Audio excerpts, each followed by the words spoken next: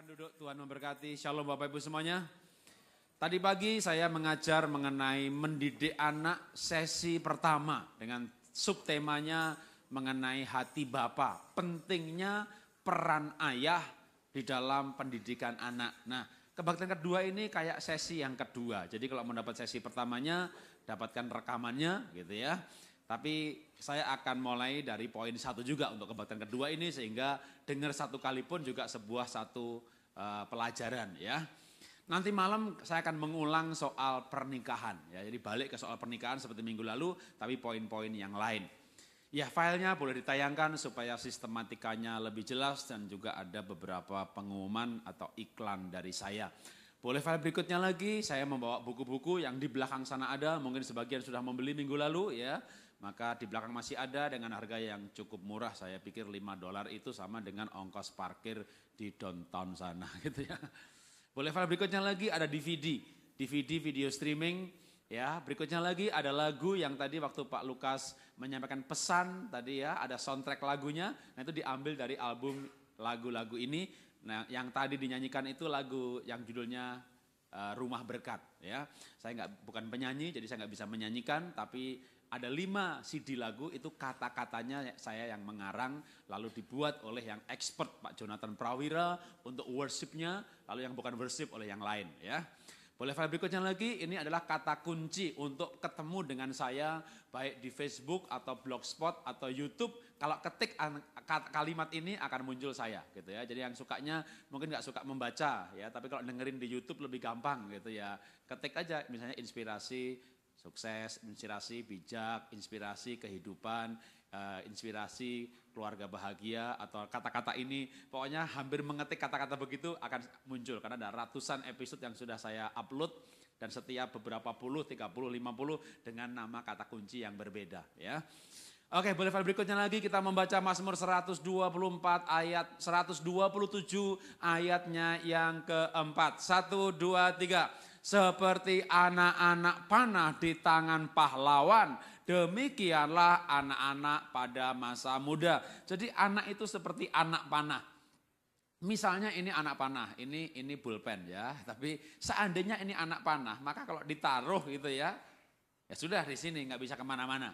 Nah anak itu seperti anak panah, maksudnya dia perlu diarahkan kemana gitu ya.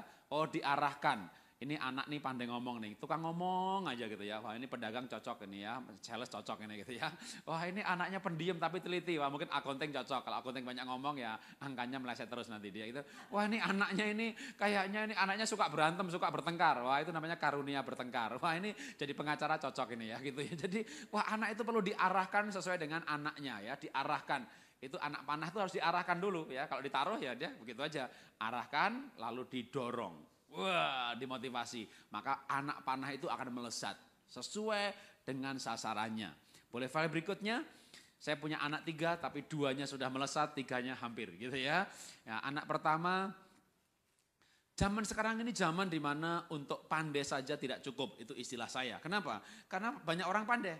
Ya, sekolah internasional di mana-mana. Maka untuk mendapat beasiswa misalnya waktu dia menang ASEAN Scholarship, itu sekolah unggulan dikumpulkan di tes matematika dari 100 orang mungkin 40 orang anak nilainya 100 semuanya. Siapa yang dipilih? Tes bahasa Inggris dari 100 anak mungkin 30, 100 semuanya siapa yang dipilih? Akhirnya jatuh-jatuh ke karakter juga. Yang mandiri. Kenapa? Karena program beasiswa yang diambil anak saya itu dimulai kelas 3 SMP pergi ke luar negeri. Wah kalau pinter tapi nggak mandiri nggak akan dipilih. Pinter tapi nggak punya drive yang kuat. Jadi kenapa kamu ikut program beasiswa? Ya mamah yang nyuruh, langsung dicoret. Gitu ya. Wah dia belum punya dream. Jadi anak pandai zaman sekarang nggak cukup ya. Boleh file berikutnya lagi, kalau anak nomor 2 saya berikan istilah semua bisa berubah. Kenapa? Karena dia waktu kelas 1 SD hampir nggak naik kelas. Ulangan 4,5, 5,0, 4,5, 5,0. Bangunnya susah sekali, ditempeleng, masih nggak bangun juga, dibawa ke kamar mandi, dimandiin, harus dipegangin. Kalau nggak dipegangin masih roboh dia. Jadi nomor 2 itu masalahnya, aduh diajak ngomong nggak noleh. Naik kelas 2 SD saya dipanggil sama sekolahannya, Pak tolong anak dilesin nulis Pak. Dia tuh nulisnya kacau sekali. Jadi kelas 2 SD les nulis. Saya panggil guru les nulis, ngelesi anak saya 30 hari, hari yang ke-30 angkat tangan, besoknya angkat kaki. Kenapa sih nggak melesi anak saya? Maaf Pak Jarot, anak bapak bukan manusia. Lah bapaknya apa? Ya. Anak bapak itu patung Pak, diajak ngomong nggak ada kontak mata, nggak noleh. Aduh, nomor 2 masalahnya banyak sekali. Tapi singkat cerita dia akhirnya mendapat beasiswa juga. Jadi anak pinter itu nggak turun dari langit. Ya, anak pinter itu dididik. Anak nomor 3 tadi pagi saya ceritakan kebaktian yang pertama gitu ya. Waduh, 6 tahun nggak ada ceritanya soal ranking. Tapi sekarang ranking 2 juga gitu ya. Karena bapaknya yang salah. Nah, gimana cara mendidik anak yang baik? Maka boleh file berikutnya. Nomor 1 apa sih? Nomor 1 maka kita perlu membangun hubungan di mana orang tua sama anak itu harus kayak sahabat. Ya, bagian mendidik, nasihati semua orang tua bisa ngasih nasihat. Masalahnya anaknya terima nasihat orang tuanya apa enggak gitu kan? Siapa yang diterima? Kalau orang tuanya bisa membangun hubungan sebagai sahabat. Apalagi kalau anak itu sudah berusia di atas 12 tahun. Ya. Anak usia 0 sampai 6 tahun maka orang tua itu dominan. Ya, kalau orang tuanya bilang pakai baju ini bahkan mungkin dipakein ya dia belum bisa apa-apa umur 1 tahun 2 tahun apa yang dipakai orang tuanya itu yang dipakai. Jadi 0 sampai 6 tahun itu pengaruh orang tua dominan itu antara 100 sampai 90%. Ya. 6 sampai 12 tahun itu orang tua mungkin pengaruhnya mulai turun sedikit menjadi 70-60%. Itu kata penelitian. Jadi orang tua mulai berkurang pengaruhnya. Tapi 12 tahun sampai 17 tahun, orang tua pengaruhnya tinggal 30% kira-kira. Anaknya 12 tahun ke atas, ibu bisa bilang sama anaknya, "Nak, kamu rambutnya pendek ya." Terus dia mau potong pendek? Kayaknya enggak deh ya. Tapi kalau sahabatnya bilang, "Potong pendek yuk," potong pendek dia. Pakai jin yuk, pakai jin dia gitu ya. Tapi kalau mama yang nyuruh, aduh, anak 12 tahun ke atas, itu orang tua tinggal 30%. Sahabat itu 70%. Jadi gimana supaya orang tua bisa mempengaruhi anaknya yang usia 12 tahun ke atas? Tidak ada jalan lain. Orang tua harus menjadi sahabatnya anak. Apa sih esensi dari sahabat? Relationship, hubungan. Makanya sama juga mendidik anak itu sebenarnya adalah bagaimana kita membangun sebuah hubungan. Nah, gimana cara membangun hubungan? Boleh file berikutnya. Yang pertama adalah terimalah anak apa adanya. Penerimaan itu membangun hubungan. Penerimaan. Coba contohnya yang gampang bahwa penerimaan itu esensi pertama membangun hubungan. Bapak Ibu yang sudah menikah, kenapa mau nikah sama dia? Ya karena dia cinta saya. Kenapa sih merasa dicintai? Ibu-ibu, bapak-bapak ingat waktu pacaran dulu, kenapa merasa dia dicintai? Karena diterima. Ya, ibu misalnya nih, waktu masih pemudi dulu, ibu ingat masih waktu pemudi dulu? Dimarah-marahi terus sama ibunya ibu. Kamu tuh gimana sih? Wah, anak gadis nggak masak, anak gadis kamar berantakan. Itu kenapa CD-nya di sana? Kenapa kutangnya di sana? Kenapa di sana? Wah, pokoknya dimarahi aja ibu ini sama ibunya ibu ya. Dimarahi terus. Disalahkan terus. Rambut pendek salah, rambut ini salah. Disalahkan terus. Lalu ibu ketemu seorang pemuda. Iya, ya. Yang tidak menyalahkan, betul? Ya, yang ibu cintai itu loh. Kan nggak nyalahin kan? Tapi menerima apa adanya. Dia bilang sama ibu waktu gadis dulu, matamu bening, rambutmu bagus, ya. Ya. Betul kan? Laki-laki jatuh cinta sama siapa? Sama wanita yang marah-marah juga? Yang kayak ibunya? Kamu tuh gimana sih? Mandil begitu? Emangnya lu ibu gue? Ya, kita jatuh cinta sama yang menerima kita. Ya, sehingga pemuda-pemudi mendapat yang menerima, langsung memilih lagu. Cia. Belum pernah ada kasih di dunia sanggup menerima diriku apalah adanya. Anak pemuda itu kalau menyanyi luar biasa. Lagu-lagunya itu waduh. Selain kasihmu. Pemuda menyanyi. Keindahannya waktu apa? Mata ketemu mata, betul? Ku jatuh cinta padanya, memandang wajahmu, rasakan kasihmu. Aduh. Kenapa sih? Karena merasa diterima. Ya, waktu diterima, mata ketemu mata, wah itu indah sekali. Tapi kalau ditolak, mata ketemu mata, darah tinggi langsung naik. Nek langsung pengennya muntah. Jadi penerimaan itu membuat orang merasa bahagia, lalu hubungan terbentuk. Orang mau pacaran sama dia karena merasa diterima. Jadi kalau mau punya hubungan dengan anak, maka terimalah anak apa adanya. Kenapa kita perlu menerima anak apa adanya? Karena setiap anak itu unik. Ya, setiap anak itu, atau mungkin kita baca ayatnya dulu ya. Mazmur 139 ayat 13. Sebab engkaulah yang membentuk buah pinggangku, menenun aku dalam kandungan ibuku. Kita ditenun oleh Tuhan, bukan di tekstil, bukan di printing. Saya udah keliling dunia ini yang belum semuanya, saya belum ke Afrika, saya belum ke Hawaii, saya belum ke beberapa tempat dunia, belum tak kunjungin. Tapi cukup banyak juga yang sudah gitu ya. Kemana saya pergi, saya belum pernah ketemu orang yang wajahnya kayak saya. Ini bukan barang kodian. Enggak ada duanya. Unik, setiap anak itu unik. Saya punya anak 3, itu masing-masing unik. Temperamennya unik, kepandaiannya unik, talentanya unik, semuanya unik. Yang satu, nomor 1 kayak istri saya, nomor 3 kayak saya, nomor 2 enggak kayak saya, enggak kayak istri saya. Dan juga bukan kayak tetangga saya.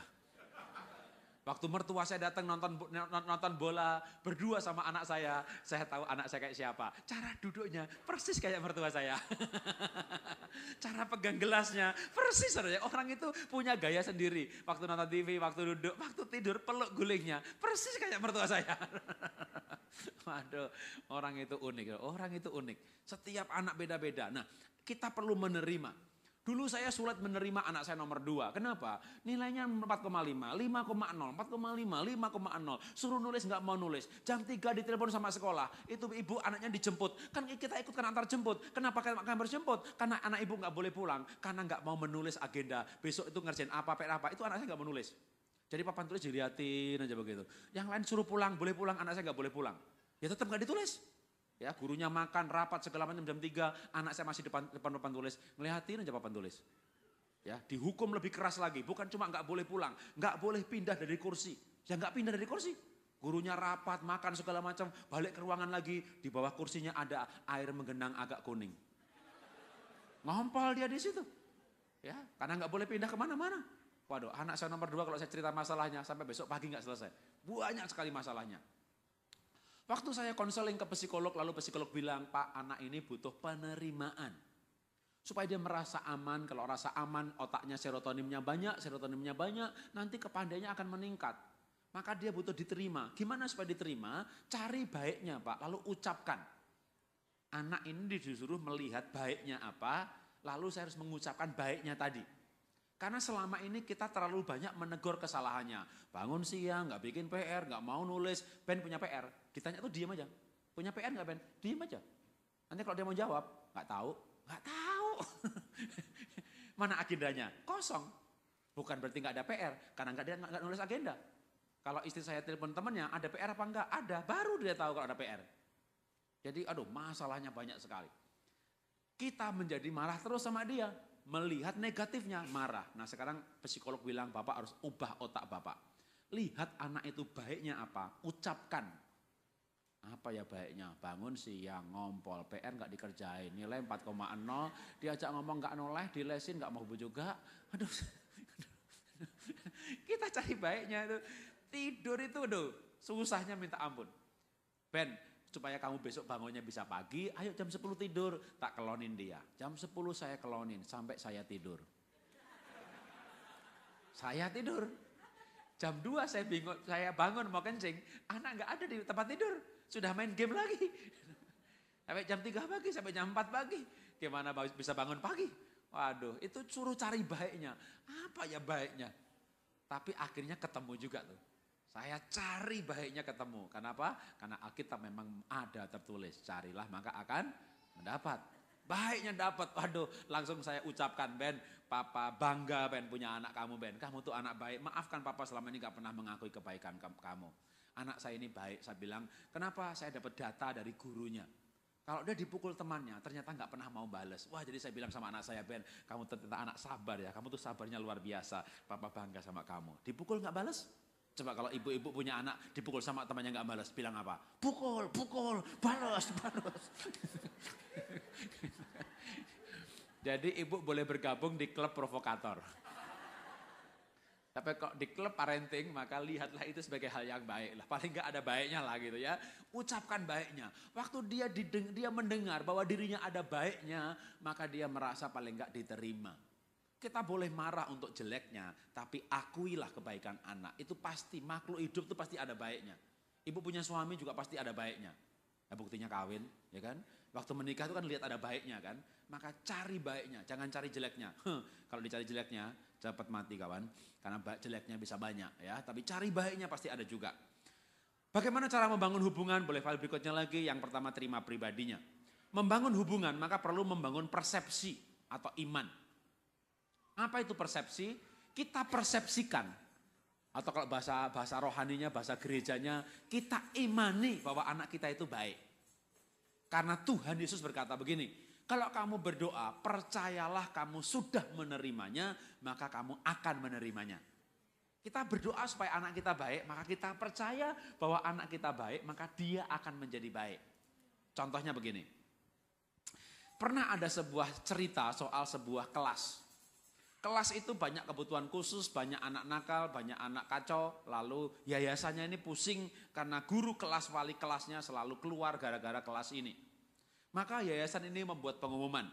Dicari seorang yang punya panggilan untuk anak, cinta anak, talenta anak, sayang anak. Untuk menangani kelas khusus dengan gaji khusus, fasilitas khusus. Singkat cerita maka ada seorang ibu yang guru yang merasa bahwa hidupnya ini dia diciptakan untuk anak-anak. Melihat iklan itu dia melamar sebagai guru di kelas itu.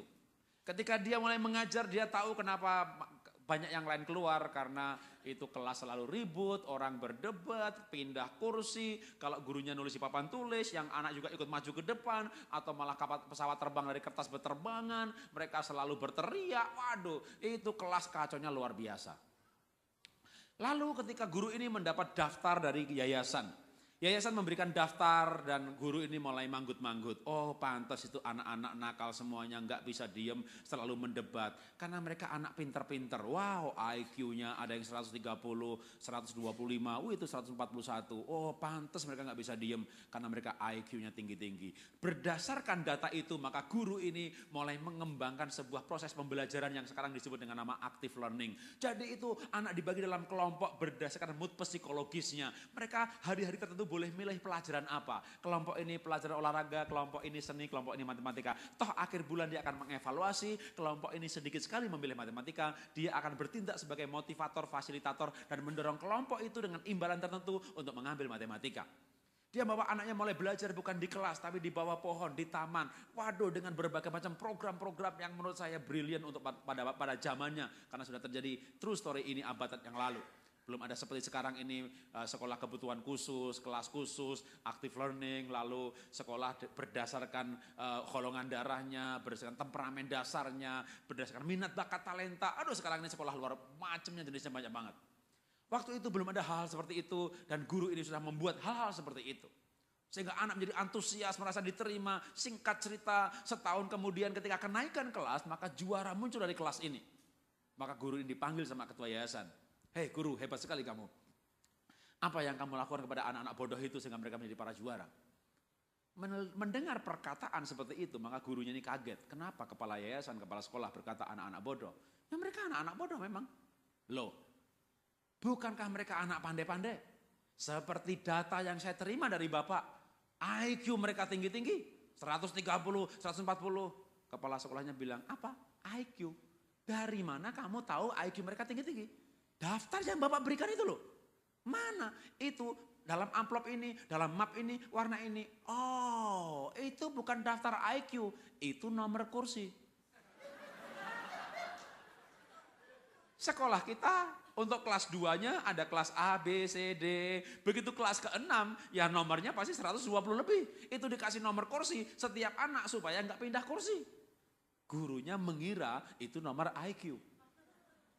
Jadi selama setahun ini dia mengira itu IQ.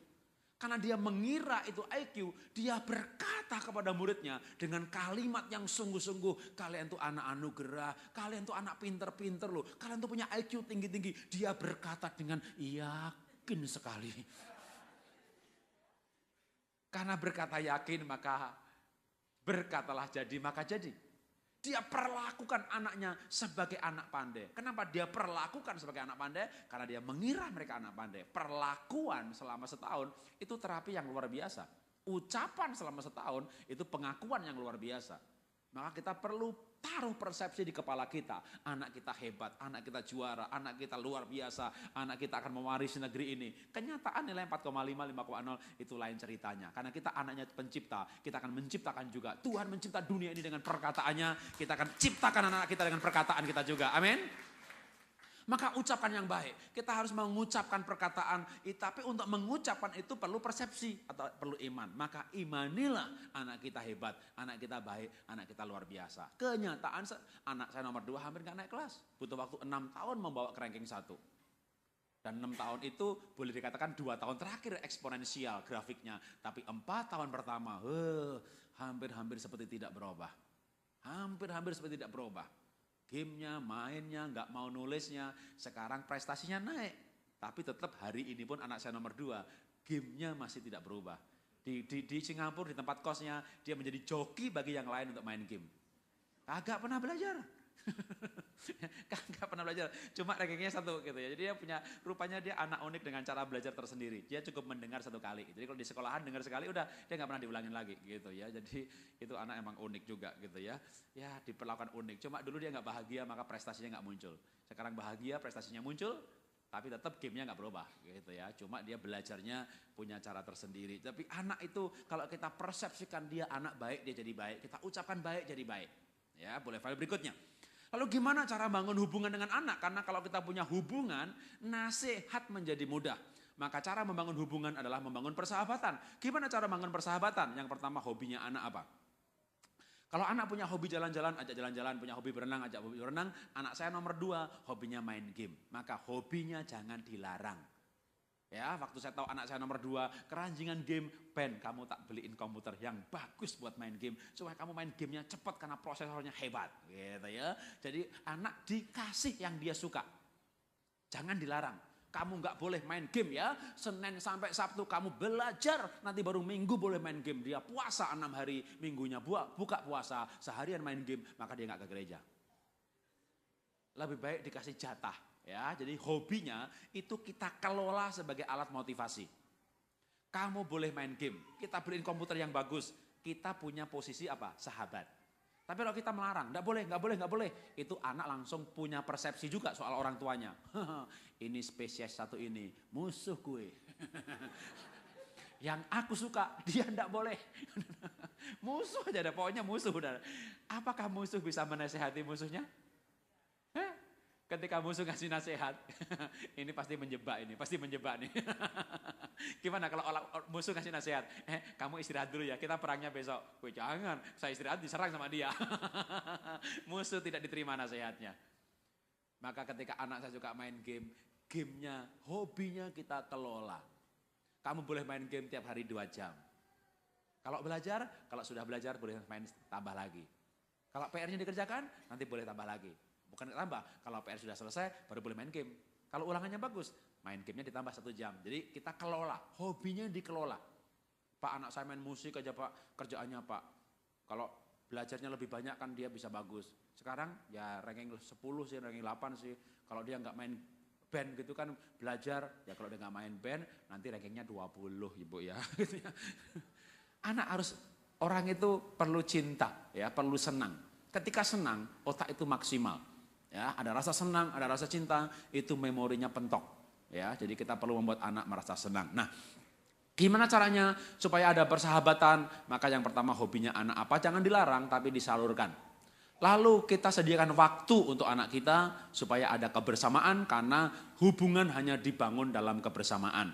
Kalau sudah bersama-sama, boleh file berikutnya, maka interaksi. Sederhana kan? Ya, karena banyak orang bersama-sama tapi nggak berinteraksi. Sekeluarga nih, bareng-bareng nih, makan di restoran gitu kan. Masing-masing sibuk dengan HP dan BB-nya masing-masing. Autis semuanya. Ya nggak ngomong gitu ya. Ya berdua pergi kemana, diem-dieman begitu ya. Rumah juga diem-dieman. Nah artinya nggak ada interaksi. Maka belajarlah untuk berinteraksi minimal bikin undang-undang keluarga. Pasal 1 ayat 1, waktu makan HP silent. Misalnya begitu ya. Pas makan aja, makan kan paling 30 menit. Pas makan bersama tadi HP-nya masukkan tas di silent. Udah, bukan bergetar. Nanti kalau bergetar lagi tahu diangkat lagi. Pas makan aja. Hidup ini 24 jam. Kita makan pagi mungkin 15 menit, makan malam 15 menit di rumah. Nah saat itulah kita sekeluarga ngobrol. Ya, misalnya begitu. Kami sama-sama taruh udah di kamar udah. Mau berdering berapa kali nanti kan miss call kita 20 kali berarti penting ini gitu kan. 3 kali enggak penting. Tunggu aja 20 kali gitu kan udah. Kalau udah 20 kali baru kasih tulisan hubungi sekretari saya nomor sekian, send. Udah itu juga. Udah ya. Supaya kita waktunya enggak habis buat terima telepon atau telepon orang lain. Misalnya gitu ya. Kalau saya seringnya begitu. Jadi supaya ada waktu buat keluarga maka minimal pas makan. Selebihnya ya udah ambil HP-nya masing-masing. Waktu istri saya mulai tidak menggunakan sopir dan jemput anak, pertama kesel juga ini anak. Kesel juga gitu ya, kita jemput anak, nganter anak, selama kita jemput, kita setirin, dia sibuk aja pakai HP WP-nya. Sampai kita dalam hati, aku nih orang tua apa sopir gitu ya. Dikacangin begitu, ya tapi kuat-kuatin gitu kan. Bikin peraturan, pokoknya begitu pas ketemu orang tua cerita dulu deh. Habis itu nanti HP-nya boleh gak apa-apa gitu ya. Tapi pas ketemu cerita, tadi di sekolah bagaimana gitu, itu membangun hubungan. Ya, dibuat dengan peraturan supaya ada interaksi. Boleh file berikutnya lagi bagaimana membangun sahabat, maka bersikaplah sebagai sahabat. Pada saat apa? Pada saat anak gagal, dia sudah tahu kalau salah, nggak perlu dipersalahkan lagi. Ya, kamu nilainya berapa? 4. Kalau kamu lebih rajin lagi, pasti kamu bisa baik kok. Berapa temanmu nilainya? 4 juga. Oh ya berarti sama gitu ya. Jangan anak nilainya 4 langsung digebukin. Papa, aku punya nilai 4 pak. 4 pak, waduh 4 bangga lagi. Gimana, pernah punya kejadian seperti itu? Anak punya nilai 4 bangga, wah pulang pak, aku 4 pak. Bapaknya nggak mau digebuk itu anak. Tapi pak, enggak tapi-tapian, tapi pak, enggak tapi-tapian, digebuk itu anak. Itu padahal anak biasanya ranking 1. Punya nilai 4 digebukin. Apa yang terjadi? Setahun kemudian dia turun ranking hampir 20-30. Ketika konseling lalu saya dengarkan ceritanya. Dan orang tua juga baru tahu ceritanya itu setahun kemudian setelah konseling dengan saya. Kenapa kamu malas belajar setahun terakhir ini? Habis papa gebukin saya, papa gak mau denger saya. Kenapa kamu gebukin? Karena nilaiku 4. Bapaknya masih motong. Iya Pak Jarod, punya 4 bangga lagi. Bapak jangan motong pembicaraan dulu. Ya, biar saya dapat pendalamannya. Bapak punya diam dulu ya gitu kan. Lalu dia bercerita waktu itu, anaknya mau bercerita. Karena selama ini dia gak mau bercerita. Gimana Pak saya gak kecewa Pak? Bapak saya tuh dengar nilai saya 4 saya digebukin. Ya bapaknya udah komat kami itu udah sabar, gak usah potong dulu. Coba kamu ceritakan kenapa? Ya aku bangga dong Pak punya nilai 4. Lawang itu kejadian itu gurunya yang salah Pak. Aku tuh kelas 2 Pak Jarod, tapi guru tuh kasih pelajaran kelas 3. Jadi satu kelas itu 4 itu paling bagus, temanku 2, temanku 3, aku bangga dong. Udah terlanjur digebukin sama bapaknya. Dan bapaknya juga baru tahu hari itu. Kenapa baru tahu? Karena waktu anaknya berkata, tapi Pak, tapi enggak tapi-tapian, Pak. Enggak tapi-tapian, Pak. Udah, ya sudah, enggak usah ngomong. Berikutnya kalau bapaknya cerita, gimana sekolah? Baik, titik. Gimana sekolah nak? Begitu aja. Kadang-kadang udah enggak pakai mulut, pakai begini. Ya, jadi malas belajar. Tertinggi di kelas masih digebuki, tertinggi gitu loh, 4. Bapaknya nggak tahu yang lain 2. Aduh, makanya bangun persahabatan dengan sedikit sabar, dengarkan anak jadi sahabatnya, bersahabatlah waktu dia gagal, bahkan mungkin ketika dia 4 dan temannya 10 sekalipun. Ya, tetap aja sebagai sahabat, ya. Bersikaplah sebagai sahabat waktu anak punya pacar. Anak saya perempuan naik kelas 1 SMP. Iya, naik kelas 1 SMP dah ya. Enggak sampai 2 bulan tuh anak saya diapeli. Yang apel masih pakai celana pendek. Aduh. Saya enggak mau marah sama anak saya karena kalau saya marah kita berhenti bersahabat. Bersikap sebagai sahabat seperti waktu ibu punya pacar dulu, ibu punya sahabat enggak? Atau ibu punya sahabat, sahabatnya punya pacar. Gimana sikap ibu terhadap sahabatnya? Ibu waktu SMA pernah punya sahabat, lalu punya pacar. Bilang sama sahabatnya, cowok itu tahu nggak? Iya, aduh, dia seneng sama saya. Oh iya, gimana? Gimana ceritanya? Sini, duduk sini. Gimana sih? Iya, langsung mojok ngobrol, ya kan? Begitu. Atau enggak begitu? Waktu ibu punya sahabat, sahabatnya punya pacar. Ibu bilang apa sama sahabatnya? Selesaikan sekolah dulu ya, jangan macem-macem. Lu bukan sahabat gue, nenek. Jadi ibu kalau anaknya punya pacar biarinlah gitu ya. Apalagi kalau anaknya kuliah gitu ya. Maka nasihat terbalik adalah carilah pacar waktu kuliah. Ya, jangan dinasihati, kuliah selesai dulu ya, baru punya pacar. Pasti terlambat kawin. Kenapa? Begitu lulus kuliah, stok sudah habis. Jadi lebih baik waktu kuliah ya. Tapi gimana Pak kalau SMP? Ya itulah anak saya. SMP punya pacar ya. Tetap sebagai sahabat. Karena kalau kita marah, dia berhenti bercerita. Bukan berhenti pacaran. Ya, karena kita nggak marah, maka kita tetap bersahabat. Bukti sahabat terbuka, nggak ada takut. Makanya saya bisa login di Facebook ketiga anak saya sebagai mereka, karena saya tahu passwordnya. Karena anak saya nggak takut untuk saya baca Facebooknya dia sama temennya sama pacarnya apa. Kenapa? Sahabat. Ya, cuma anak saya pernah marah sama saya karena waktu login saya komentar. Jadi dia marah, Pak, login, nggak usah komentar. Saya diancam kalau papa komentar tak ganti passwordnya. Akhirnya saya bilang ya udah, nanti kalau kamu menikah, kamu bikin keluarga baru, kamu ganti password, nggak usah kasih tahu papa. Tapi selama ini kami tahu passwordnya, ya. Saya tahu saya bisa bawa HP istri saya lalu saya gunakan karena saya tahu passwordnya. Kami keluarga terbuka. Tapi terbuka seperti itu nggak bisa muncul dari langit. Kalau anak kita punya pacar kita marah, pasti dia ganti password. Ya, ibu-ibu anaknya SMP punya pacar enggak usah marah, ya, bersahabat, ya, bersahabat aja, bersahabat. Kalau bersahabat kan dia cerita, nanti 6 bulan dia bercerita, Pak, dia begini-begini, dia marah begini-begini. Sebagai sahabat kita bisa ngasih nasihat, makanya putusin aja.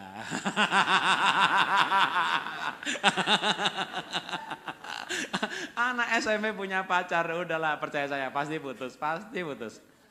Namanya SMP, pasti mut-mutan, ya kan? Kalau kita sahabat, dia dengar nasihat sahabat. Ya, maka jadilah sahabatnya, aman aja. Kalau anak bersahabat sama orang tuanya, kita tahu ceritanya. Kita tahu dia kemana. Boleh file berikutnya lagi, jadi bagaimana cara mendidik anak. Yang pertama membangun persahabatan.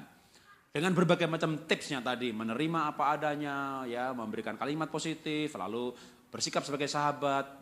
Yang kedua cara mendidik anak adalah dengan, tak kasih cerita dulu. Mungkin saya pernah cerita ini 5 tahun lalu, nggak apa-apa, dengar cerita sekali lagi udah 5 tahun ya. Ceritanya mengenai pelaut yang suka sekali dengan burung beo. Ya, tahu burung beo? Tahu? Yakinkan saya bahwa kalian tahu burung beo. Cara meyakinkannya adalah saya kasih pertanyaan. Kalau yang punya burung beo berkata selamat pagi, maka burung beo berkata apa? Nah kalau yang punya burung beo berkata selamat siang, maka burung beo berkata persis sekali. Jadi burung-burung beo yang dikasihi Tuhan. Oke, berarti saya tahu bahwa kalian Bapak Ibu mengerti apa itu burung beo. Nah ini ceritanya mengenai burung beo. Yang punya pelaut suka merokok. Pelaut ini menjumpai burung beonya batuk. Dia panggil dokter hewan nggak sembuh, pakar hewan nggak sembuh. Yang lebih mengaku pakar lagi dan pakarnya ini periksa bulunya, kotorannya, darahnya, kotornya dianalisa, vitamin obat, burung beonya tetap aja tidak sembuh, tetap aja merokok. Tetap aja batuk maksud saya ya, burung beonya batuk. Si pelautnya merokok. Panggil dokter hewan, pakar hewan, tetap burung beonya nggak sembuh. Sampai pelautnya membaca artikel dari dokter manusia tentang rokok. Kata dokter manusia, perokok pasif lebih berbahaya daripada perokok aktif. Perokok aktif itu yang merokok, namanya perokok aktif. Perokok pasif itu yang mendapat asap dari perokok pasif karena dia di sebelahnya. Itu namanya perokok pasif. Kenapa lebih berbahaya? Waktu dihisap, maka rokok itu asapnya melewati tembakau berfungsi sebagai filter.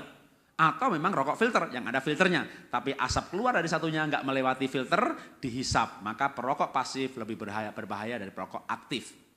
Membaca artikel itu si pelautnya manggut-manggut. Wow, berarti burung beo saya ini perokok pasif. Ibu di sini tidak merokok, misalnya ibu nggak merokok, suaminya merokok. Nah itu namanya ibu perokok pasif. Ibu pergi berdua, ke kafe berdua, restoran berdua, kemana-mana berdua, di mobil berdua. Bapak ngerokok, ibu enggak. Kayaknya ibu mati duluan. Karena ibu perokok pasif. Apalagi sambil menghisap tadi sambil kecewa karena punya suami ngerokok, itu makin cepat matinya. Karena waktu kecewa itu epinefrin diproduksi, menurunkan tingkat imunitas, karsinogenik masuk, memicu kanker. Waduh itu makin cepat lagi matinya gitu ya. Jadi membaca artikel itu maka si pelaut ini, wah burung beo saya perokok pasif. Demi cintanya kepada burung beo, maka pelaut ini berhenti merokok. Apa yang terjadi? Ternyata burung beonya berhenti batuk. Bapak Ibu tahu nggak kenapa burung beonya berhenti batuk? Kira-kira kenapa? Bu, sudah nggak ngisep, asap lagi. Oke, ada jawaban lain kenapa burung beonya berhenti batuk? Karena pelautnya berhenti batuk. Kenapa pelautnya berhenti batuk? Karena pelautnya berhenti merokok. Jadi selama ini burung beo tidak batuk. Burung beo ini menirukan batuknya pelaut. Kan kalau burung yang punya burung beo berkata selamat pagi, burung beonya berkata selamat pagi. Jadi kenapa burung beonya batuk? Menirukan batuknya pelaut. Oke, boleh file berikutnya. Itu cerita sebenarnya esensinya sama dengan Yohanes 13 ayat 15. Sebab aku telah memberikan suatu teladan kepada kamu supaya kamu juga berbuat sama seperti yang telah kuperbuat kepada kamu. Jadi kenapa itu burung beonya batuk? Karena pelautnya batuk-batuk. Kenapa anak kita nakal? Karena bapaknya nakal. Kenapa anaknya bentak-bentak terus? Karena ibunya bentak-bentak anaknya, bentak-bentak adiknya. Kenapa sih anak-anaknya main game melulu? Ya bapaknya juga main game terus gitu ya. Waduh, jadi sebenarnya anak itu hanya mengikuti orang tuanya. Maka cara mendidik yang paling gampang adalah memberikan teladan. Kasih contoh dah teladan. Oke, boleh file berikutnya kasih cerita lagi, banyak cerita ya. 5 tahun lalu saya kemari, maka saat itu berat badan saya 74. Hari ini saya kemari, berat badan saya 62. Kenapa? Karena saya mulai mengurangi nasi, mengurangi gula, lalu rajin olahraga, rajin sepeda, sehingga berat badan saya dalam setahun berkurang 12 kilo, lalu sekarang 62, stabil 62, 63, 62, 63. Nah, apa yang terjadi? Ketika saya rajin olahraga, maka anak saya juga rajin olahraga. Anak saya nomor 2, Benaya, waktu dia kelas 5 SD, 4 SD saja beratnya sudah 86 kilo, overweight 24-25 kilo. Jadi kalau Gilbert kemari, anak saya sama istri juga bawa anak kemari, mungkin orang bilang anak saya itu anaknya Gilbert. Kenapa? Gue maunya minta ampun. Anak saya nomor 2 overweight terlalu besar. Disuruh olahraga gak pernah mau. Karena bapaknya juga gak pernah olahraga. Waktu saya mulai rajin olahraga, anak saya ikut-ikutan. Jadi lebih mudah berkata kepada anak di dalam kolam renang, yuk renang nak, daripada ayo nak kamu berenang. Ya, cara mendidik anak yang paling gampang, memberikan teladan. Amin. Oke, boleh file berikutnya. Tapi gimana Pak kalau anak saya itu kurang ajar Pak? Ya disiplin dia, hukum dia, marahin dia. Kenapa kita boleh menghukum anak? Karena fungsi hukuman adalah menyadarkan kesalahan. Fungsi hukuman adalah menekankan peraturan. Fungsi hukuman membuat anak tahu mana yang boleh, mana yang tidak boleh. Karena anak lahir tidak tahu mana boleh, mana tidak boleh. Tapi gimana cara mendisiplin anak sesuai firman Tuhan? Boleh file berikutnya, Ibrani 12 ayat 10. Sebab mereka mendidik kita dalam waktu yang pendek sesuai dengan apa yang mereka anggap baik. Tetapi dia, D-nya huruf besar, berarti Tuhan ya, menghajar kita untuk kebaikan kita. Tuhan pun mendidik umat Israel dengan menghajarnya. Kadang dengan tulah, kadang dengan bara, kadang dengan bala sampar. Waduh, Tuhan mendisiplin umat Israel dengan keras juga. Jadi kita pun boleh mendisiplin anak. Tapi perlu beberapa prinsip tentang mendidik anak. Apa itu? Yang pertama adalah satuan waktu. Karena kalau kita ayatnya saya nggak munculkan di sini, tapi kalau saya bacakan aja itu di Amsal 13 ayat 24, ya, ayatnya nggak ada di file, jadi cuma muncul ada satuan waktu gitu ya. Nah, itu ayatnya sebenarnya Amsal 13 24. Barang siapa mengasihi anaknya menghajar pada waktunya. Jadi ada satuan waktu. Kita boleh mendisiplin anak, menghukum anak, boleh marah, boleh mendisiplin, tapi satuan waktu itu artinya marah itu tidak boleh kekal. Ya, pokoknya mamah marah sama kamu selama-lamanya. Udah marah kok selama-lamanya ya. Marah itu supaya sampai anak sadar kesalahan. Anak salah, ibu marah. Anak sadar, ya mah aku salah, berhentilah marah. Kapan berhenti? Anak sadar kesalahan. Menit ketiga, ya 3 menit. Menit kedua, 2 menit. Jangan 10 menit. Kalau ibu marah 2 menit, anak sadar kesalahan, itu 2 menit efektif marahnya. Tapi kalau ibu tambah 10 menit, maka justru 8 menit berikutnya merusak efektivitas 2 menit pertama. Karena waktu ibu marah 2 menit, anak sadar kesalahan. Tapi tambah 10 menit, itu menit keempat anak sudah mulai diem. Menit kelima, anak mulai tunduk. Menit ke-7, anak diem, mukanya diem, mulutnya diem, tapi hatinya berbicara. Bawel lu, banyak ngomong lu, bawel lu, banyak ngomong lu, emangnya gue dengerin, emangnya gue pikirin, bacot lu, banyak ngomong lu, bawel lu. Jadi malah nggak efektif ya, maka boleh marah tapi jangan lama-lama ya, singkat aja. Dan kalimat yang sama nggak perlu diulang-ulang. Anak sekarang itu pinter banget kok, pinter. Kita ngomong sekali dia dengar, ya nggak perlu berkali-kali ya. Kalau kita mungkin perlu berkali-kali gitu ya, karena IQ kita berbeda. Bener. Karena gizinya berbeda. Coba Bapak Ibu beli iPad, beli HP, coba ya. Bisa gak ngubah ringtone-nya, ngubah wallpaper-nya? Aduh, Bapak Ibu beli alat-alat seperti itu. Baca itu namanya manual book-nya. Gak ngerti-ngerti caranya bagaimana. Kasih anak TK zaman sekarang, anak playgroup zaman sekarang. Gak lama lagi dirubah wallpaper-nya, dirubah ringtone-nya. Duh nak, gimana caranya nak? Anaknya ngajarin, gini loh mah, pencet Ctrl C ini. Gini loh mah, gini loh mah. Gimana sih nak, kagak ngerti juga. Udah diterangin masih kagak ngerti. Aduh, anak sekarang bisa menghubungkan antara HP dengan laptop, dengan printer, dengan apa, pakai YouTube, pakai Bluetooth, pakai apa. Aduh, itu diterangin sekali aja ngerti kok. Ya, pinter anak sekarang itu pinter. Ya, maka ibu bicara enggak usah diulang banyak-banyak. Sekali aja, satu kalimat sekali, kalimat yang sama sekali. Marah itu enggak perlu berulang-ulang. Begitu berulang-ulang, nek dia, ya, langsung reject gitu ya. Move to trash.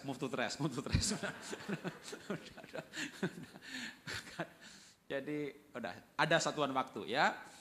Apalagi Amsal 15 ayat 10. Didikan yang keras adalah bagi mereka yang meninggalkan jalan Tuhan. Didikan yang keras artinya, boleh file berikutnya, ada satuan ukuran. Boleh marah tapi ada satuan ukuran. Dan tipsnya mulailah dari ukuran terendah. Kita boleh menghukum anak tapi mulai dari ukuran terendah. Mungkin pertama dengan volume yang dikeraskan.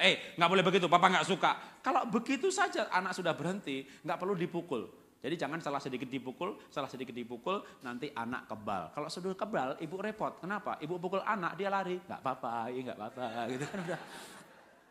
Itu sudah overdosis namanya ya. Jadi apalagi di Amerika mungkin berbahaya memukul anak karena tetangga melihat, dia lapor ke polisi bahwa ada KDRT, ibu ditangkap. Ya, jadi kita nggak boleh fisik kalau di Amerika ini. Kalau di Indonesia masih boleh pukul pantat. Tapi di Amerika, itu berbahaya karena akan melanggar hukum sehingga orang tua bisa dipenjara karena mendisiplin anaknya. Jadi mungkin dengan verbal lebih cocok ya. Pakai ukuran yang terendah. Boleh mendisiplin anak tapi caranya gimana? Amsal 6 ayat 23. Karena perintah itu cahaya, karena perintah itu pelita dan ajaran itu cahaya dan teguran yang mendidik itu jalan kehidupan. Jadi boleh marah tetapi pakai teguran yang mendidik. Apa itu? Boleh file berikutnya. Teguran yang mendidik itu maksudnya kalimat yang positif. Kalimat positif itu apa sih? Kamu anak baik ya, enggak boleh nakal. Kamu anak yang diurapi Tuhan, enggak boleh kurang ajar. Kamu anak pinter ya, harus belajar. Besok nilainya 4,5, 5,6 lagi. Ben kamu anak pinter ya, tapi harus nulis gitu ya. Besok enggak nulis lagi, kita marah lagi. Kamu anak pinter, tapi kamu harus nulis gitu ya. Jadi kita marah, kita gemes, kita teriak. Tapi bilangnya kamu anak pinter, harus nulis. Ya, boleh teriak, boleh emosi. Ibu boleh emosi. Pak, bukannya kita harus lemah lembut. Lemah lembut kalau kalimatnya negatif juga nggak boleh. Contoh, ibu anaknya nakal, kurang ajar, ibu lemah lembut panggil anaknya. Lalu dengan lemah lembut berkata-kata kalimat negatif. Nak, mamah menyesal melahirkan kamu. Kamu anak yang nggak ada gunanya. Kayaknya lebih baik ya nak ya, kamu dikubur saja. Lemah lembut. Mamah menyesal melahirkan kamu. Lemah lembut sekali. Lemah lembut, tajam. Lemah lembut tapi tajam. Jadi lebih baik teriak, kamu anak baik, enggak boleh nakal. Ya, dia kaget dah gitu ya. Kita emosi, kita lega. Ya, habis marah kan kita lega. Kenapa? Emosi kita keluarkan, tapi kalimatnya positif ya. Daripada lemah lembut tapi kalimat negatif. Kenapa kita harus kalimat positif? Karena kalimat itu suara, suara itu energi, energi itu kekal. Barang siapa mengucapkannya memakan buahnya, barang siapa menabur ia menuai, barang siapa menggemakannya memakan buahnya. Suara itu energi, cahaya itu energi. Energi mempengaruhi energi yang lain. Hukum energi itu kekal. Ini namanya air minum. Air minum ini ada tulisannya di sini H2O, hidrogen sama oksigen. Hidrogen itu kalau dipecah lagi, diperdalam lagi ada neutronnya, ada protonnya. Proton mengelilingi neutron. Lalu H2O ini bercampur dengan H2O yang lain, kalau menguap jadi uap udara, kalau mencair jadi air, membeku jadi es. Mau udara, mau uap air, mau es, maka H2O berkumpul membentuk sebuah kristal. Di Jepang diteliti mengenai kristal air dan juga kristal yang lain, tapi yang diteliti di Jepang adalah kristalnya H2O. Maka air ini dari lubang sumur yang sama, lalu diucapkan terima kasih, oh buat air ini saya bisa puasa 40 hari, selama saya minum saya tidak akan mati, saya nggak minum 10 hari, saya dehidrasi dan penyakit lain datang. Betapa hebatnya ini air, Tuhan aku bersyukur buat air ini luar biasa, selama saya minum 8 gelas air putih sehari, saya bebas bebas dari sariawan, saya bebas dari pusing karena sinyal bahwa kekurangan air. Jangan dikasih obat pusing tapi minum air pasti hilang. Ini luar biasa sekali air. Wah, berkata positif soal air. Lalu air yang dikalimatin positif tadi dibawa ke lab, dilihat kristalnya bening, jernih, bagus. Air yang sama kita kutuki dengan kalimat negatif, maka kristalnya sama-sama H2O tapi membentuk kristal yang jelek. Kenapa? Karena suara itu energi, ternyata energi negatif mempengaruhi pergerakan neuron proton yang sedang bergerak, yang kita nggak bisa ngelihat itu air, tapi di situ sebenarnya ada pergerakan molekul-molekul hidrogen dan oksigen yang membangun kristal. Kalimat negatif, kristalnya jelek. Nah, kalau kita berkalimat negatif tentang suami, tentang anak kita tuh kalau dipres, maka 80% air. Apalagi otak 90% air. Total keseluruhan tubuh 70% air. Jadi kalau ibu berkata-kata jelek tentang anak, itu kristalnya berubah. Bapak berbicara jelek tentang istri, kristalnya berubah. Tapi kalau bapak berbicara yang baik tentang istri, coba bilang sama istrinya, "Ma, matamu bening, kamu tuh manis loh." Langsung perubahan genetik. Struktur molekul langsung berubah. Benar saudara ya? Itu kalimat positif pengaruhnya luar biasa. Kenapa? Karena kalimat ini sama otak, sama tubuh, sama hormon ini kompaknya luar biasa. Kalau saya berkata, aduh ini agak meriang, agak greges-greges, ini capek, tidur besok segar. Kalau Anda meriang berkata, kalau begini besok pilek nih biasanya. Besok pilek beneran. Kenapa? Tubuh ini mengikuti perkataan. Tubuh mengikuti perkataan. Ada di sini yang tubuhnya nggak ikuti perkataan? Ketika perkataan berkata, mulut berkata, pikiran berkata, ambil makanan. Nggak mau, rakus lu, bawa lu. Tubuh mengikuti perkataan. Ya. Perkataan itu energi, mari kita menggemakan yang positif, mendidik anak secara positif, harus marah tapi kalimatnya positif. Boleh file berikutnya lagi? Boleh marah tapi adil, karena keadilan membuat rasa aman. Pemerintah adil maka rakyat merasa aman. Orang tua adil maka anak merasa aman. Menghukum tapi adil, anak perempuan salah dihukum, anak laki salah dihukum. Adil, supaya anak paling kecil tidak suka ngomong jorok karena dia diakui sebagai pribadi. Kadang anak paling kecil suka ngomong jorok, kenapa? Dia dikecil-kecilkan terus. Ya, kakaknya yang milih ke mall mana kakaknya, ayo ngalah sama kakak, kamu tuh masih kecil, usulnya nggak diterima. Dia nguping orang lain, orang besar ngomong apa, dia ucapkan omongan orang besar.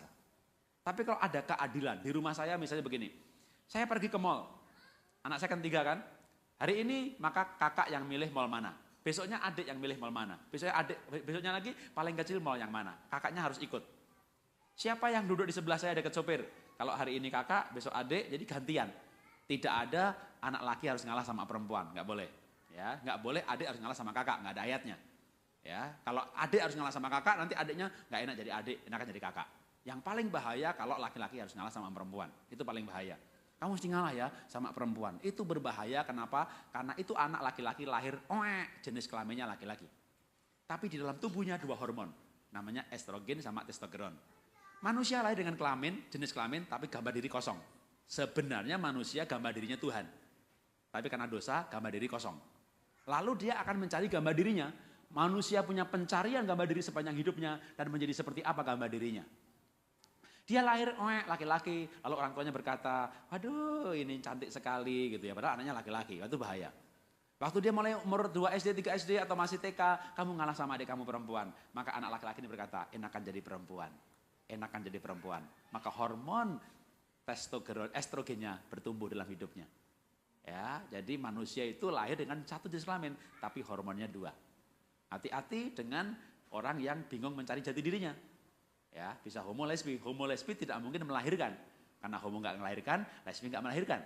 Jadi semuanya lahir normal sebenarnya. Tapi gambar diri mempengaruhi hormon. Hormon mempengaruhi perilaku, gambar diri juga mempengaruhi perilaku. Maka kita harus adil. Laki perempuan yang benar-benar, yang salah-salah. Jangan laki dituntut jadi perempuan, kamu lemah lembut kayak adik kamu. Nah adiknya perempuan, dia suruh lemah lembut. Akhirnya dia membayangkan enaknya perempuan ya, alangkah indahnya. Bermimpi jadi perempuan, hormon estrogennya diproduksi. Ya, kalau berlanjut terus menerus muncul homo lesbi. Ya, jadi kita mesti adil. Laki salah, hukum. Anak perempuan salah, hukum. Semuanya dengan keadilan. Sampai yang praktis kayak duduk di mobil, duduk depan aja yang mana gitu ya. Kalau di Amerika mungkin nggak boleh ya, mesti di belakang ya anak kecil ya. Kalau di Indonesia, waduh, duduk depan. Hari ini aku. Wah, semuanya mau ke depan. Bahkan mau dipangku sama bapaknya. Waduh, ya itu digilir dengan adil. Kalau di Amerika ditangkap polisi. Jadi jangan anak bawa ke depan, taruh di belakang pakai seat belt gitu ya. Nah, adil. Ya, kadang-kadang ibu nggak adil loh ya. Kalau ibu ini kadang-kadang ya bukan ibu sih, bapak juga kadang nggak adil ya. Tapi contohnya ibu lah kalau didik anak nggak adil. Anaknya 3, yang satu wajahnya kayak dirinya. Kalau anaknya salah, ibu pengertian sekali. Itu bisa dilihat oleh orang lain bahwa pengertian. Tapi yang anaknya wajahnya kayak suami, kalau menghukum dengan segenap hati. Wah, muni nakal, bandel, persis bapak kamu ya. Jadi kekesalan kepada suaminya dilimpahkan pada anaknya. Ini berarti ibu tidak adil. Kalau punya anak seperti ini, saya sangat khawatir untuk anak yang wajahnya kayak mertua. Habis itu anak, udah pasti deh. Ya, karena tidak adil.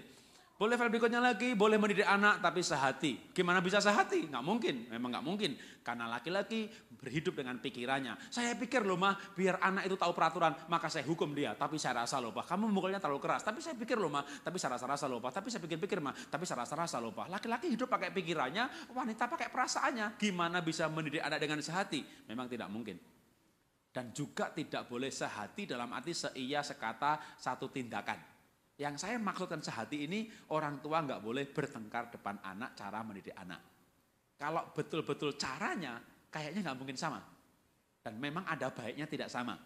Ya, karena kalau sehati, sepikir, seia, sekata, satu tindakan, satu perbuatan, itu malah bahaya. Apa bahayanya? Anaknya bisa mati. Kenapa mati? Iyalah, bapaknya pukul anak 10 kali, pak, nangis gerung-gerung.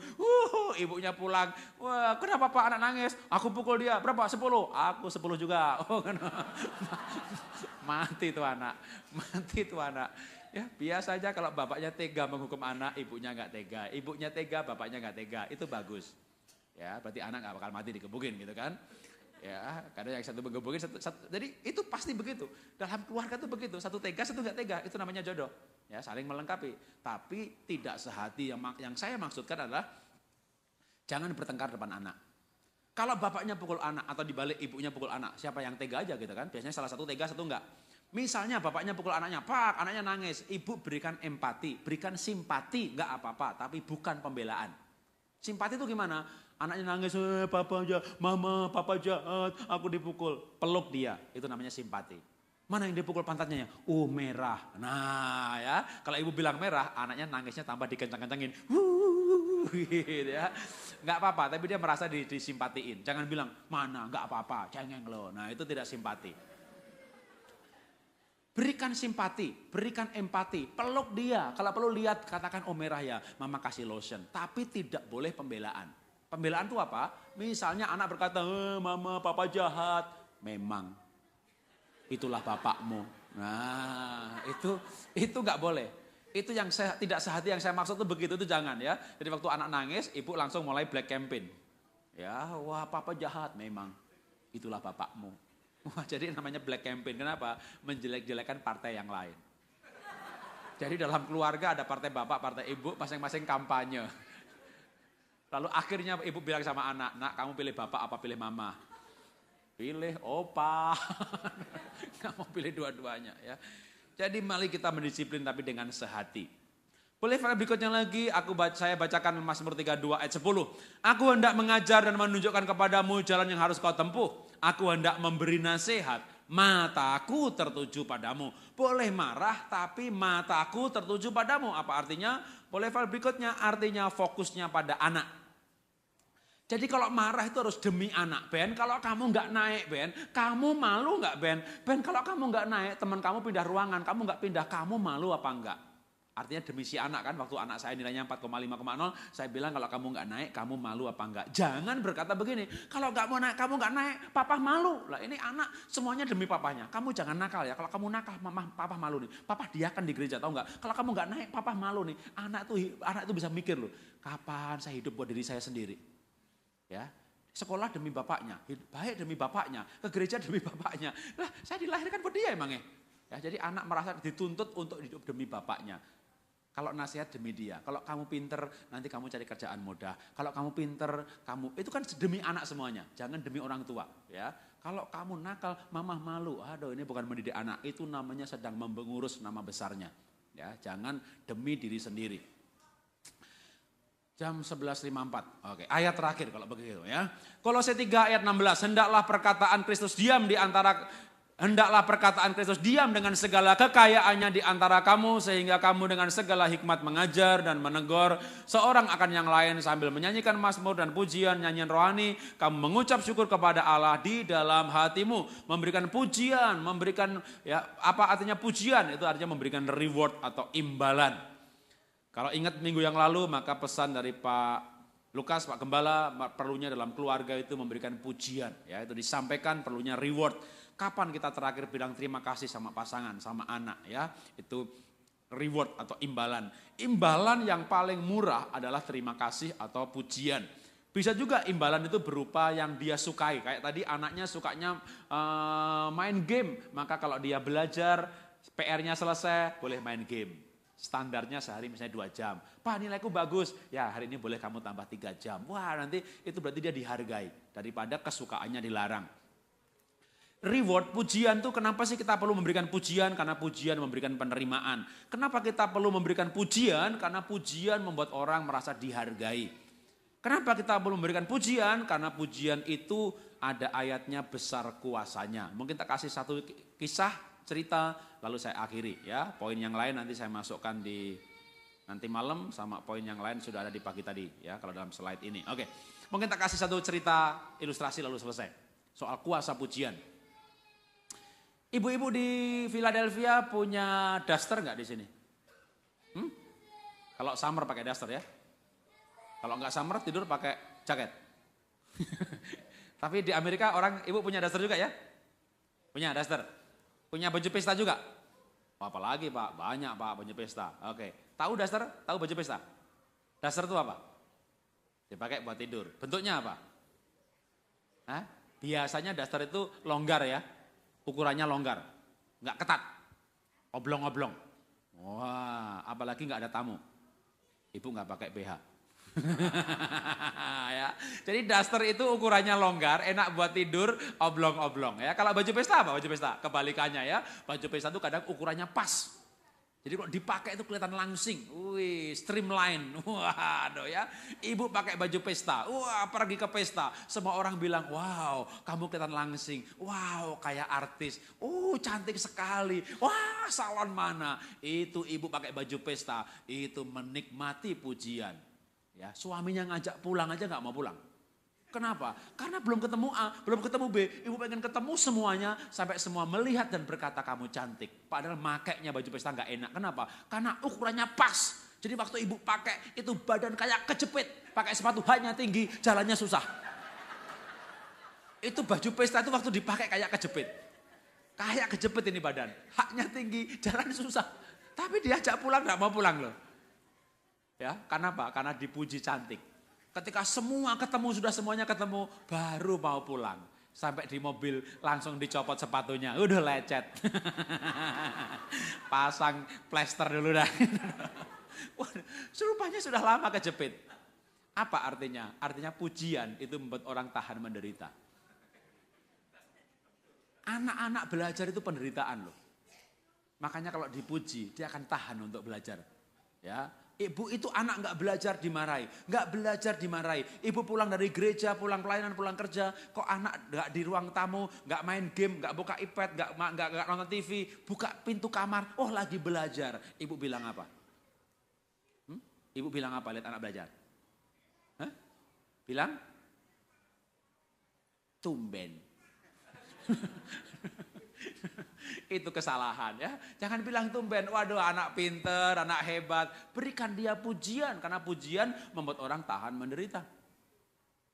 Kalau orang dibilang nggak belajar dimarahi, nggak bikin PR dimarahi, ya nggak apa-apa, memang kita harus marah. Kalimatnya positif yang penting. Tapi waktu dia belajar, jangan lupa rewardnya, ya pujiannya. Kalau perlu tepuk pundaknya, waduh hebat gitu ya. Bahkan kalau perlu dipujinya waktu belajar, bukan waktu nilainya 100.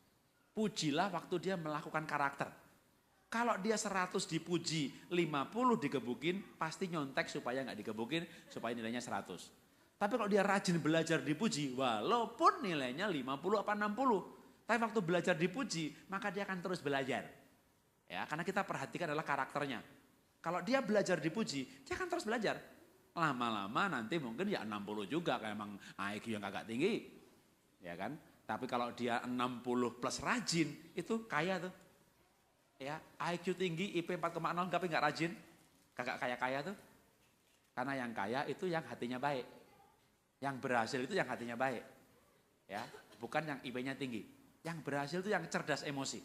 Yang menikah berhasil bahagia dalam pernikahan, bukan yang IP-nya tinggi. IP-nya tinggi menikah sama IP-nya tinggi, kalau bertengkar dalilnya banyak. Ayatnya banyak, menikah sama ayat banyak, bertengkar gak pernah selesai karena cadangannya banyak banget. Ya, tapi yang hatinya baik itu, dagang laku loh. Walaupun matematikanya mungkin waktu kuliah dulu nilainya pas-pasan. Kenapa? Hatinya baik. Apa itu hati baik? Rajin. Apa itu rajin? Karakter. Jadi waktu anak rajin belajar, pujilah dia. Maka dia akan terus rajin belajar. Soal hasil itu Tuhan yang ngatur sebenarnya kok. Tapi kalau dia rajin, biasanya nilainya makin bagus. Kayak anak saya nomor 2, memang butuh waktu 6 tahun. Tapi dari hampir gak naik kelas, ya naik, ya dikit-dikit aja. Tapi waktu dia rajin dipuji. Saya tidak memuji dia nunggu 100, butuh waktu 6 tahun kemudian. Ketika dia masih nilainya 4, sudah menikmati pujian karena dia rajin. Wah, kamu hebat ya, rajin belajar. Kok kamu nilainya 4, Pak? Ben, kamu nilainya 4, Ben. Ya susah, Pak, aku kan gak nyontek, Pak. Wah bagus, berarti kamu ini 4-nya kudus, Ben. Waduh, dia dapat istilah begitu. Waduh, 4-nya kudus ya. Wah, lain kali dia pakai itu, dia dengar. Dia dipuji karena gak nyontek. Waduh, lain kali dia punya alasan itu. Pak, nilaiku 5, Pak. Kok 5? Kudus, Pak. 5-nya kudus, Pak. Sekali kita ucapkan, wah dipegang sama dia. Waktu kita bilang, waduh ya gak apa-apa lah kamu 4 tapi kudus, Ben gitu ya. Wah dipegang sama dia. Artinya nasihat kita dipegang. Ya gak salah kan. Yang penting kan benar-benar kudusnya. Yang membuat dia 20 tahun lagi berhasil. Nilai 10 atau kudus? Menurut saya kudusnya. Ya, waktu anak itu kudus, punya komitmen, gak mau korupsi, dia integritas bisa dipegang, orang lain modalin dia atau orang mau dagang sama dia. Jadi tetap yang penting adalah kudusnya tadi. Maka pujilah anak waktu dia rajin, waktu dia gak nyontek. Ya, nilai berapa? Itu nilai itu gak penting-penting banget lah. Ya, yang penting 6,0, alhamdulillah naik kelas. Itu udah cukup buat hidup, ya. Itu udah cukup buat hidup. Karena waktu kita hidup, kita itu ngitung harga. Enggak serumit waktu belajar kalkulus, integral, dan segala macam. Ya, kita tuh dagang itu gampang banget kok. Beli 100, tambah transport sekian, jual 200 pasti untung. Nggak pakai itu namanya, waduh kecuali kalau mau ngerancang jembatan gitu ya, kekuatannya berapa dihitung segala macam. Hidup kita sehari-hari begini nggak pakai matematika serumit yang kita pelajari waktu SD dulu. Jangan kan SMP dan kuliah. Kita kelas 2 SD udah bisa dagang kok. Matematika udah cukup. Yang penting bisa pencet kalkulator, ini angka 1, ini angka 2, ini angka 3, udah. Jadi waktu anak itu matematikanya nggak hebat-hebat banget. Yang penting kudus, rajin, maka pujilah anak. Rewardnya diberikan waktu dia melakukan karakter. Amin. Mari tunduk kepala kita berdoa. Bapa, kami bersyukur Tuhan, ajari kami memperhatikan karakter anak kami. Lebih daripada prestasi akademik. Kami percaya Tuhan. Firman-Mu berkata bahwa takut akan Tuhan adalah permulaan segala hikmat. Karena itu yang paling penting Tuhan, ajari kami membawa anak-anak kami kepada Tuhan. Membawa anak kami beribadah di usia dini mereka. Mengajak mereka berdoa bersama-sama dalam mezbah keluarga. Seperti kami pelajari Tuhan dalam ibadah doa malam tentang keluarga yang berdoa. Sekeluarga berdoa seperti Yosafat, seperti Yoel. Ajari anak kami Tuhan, ajari kami mengajak anak-anak kami untuk datang beribadah. Untuk mengenal Tuhan di usia dini mereka. Ajari kami memperhatikan karakter anak kami. Lebih daripada kami memperhatikan prestasi akademik mereka.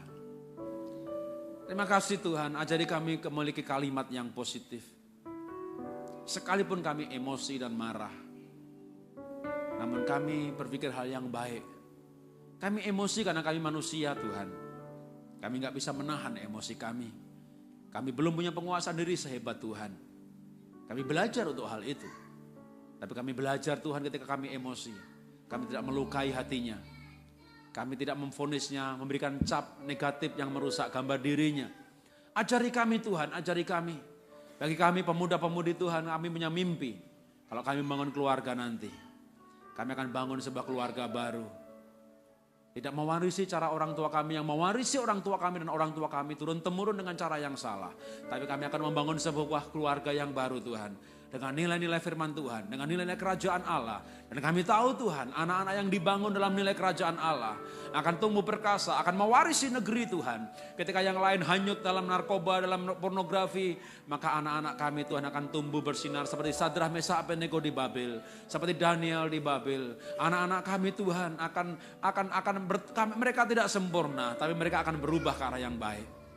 Kami akan beri kami kesabaran untuk melihat pertumbuhan dan perubahan mereka. Mereka bukan malaikat, dan mereka bukan jemaat kami. Mereka satu pribadi yang unik, yang perlu kami tunggu dengan sabar, munculnya karakter demi karakter. Ajari kami Tuhan, kami belajar, dan terus belajar menjadi orang tua yang lebih baik dan lebih baik lagi.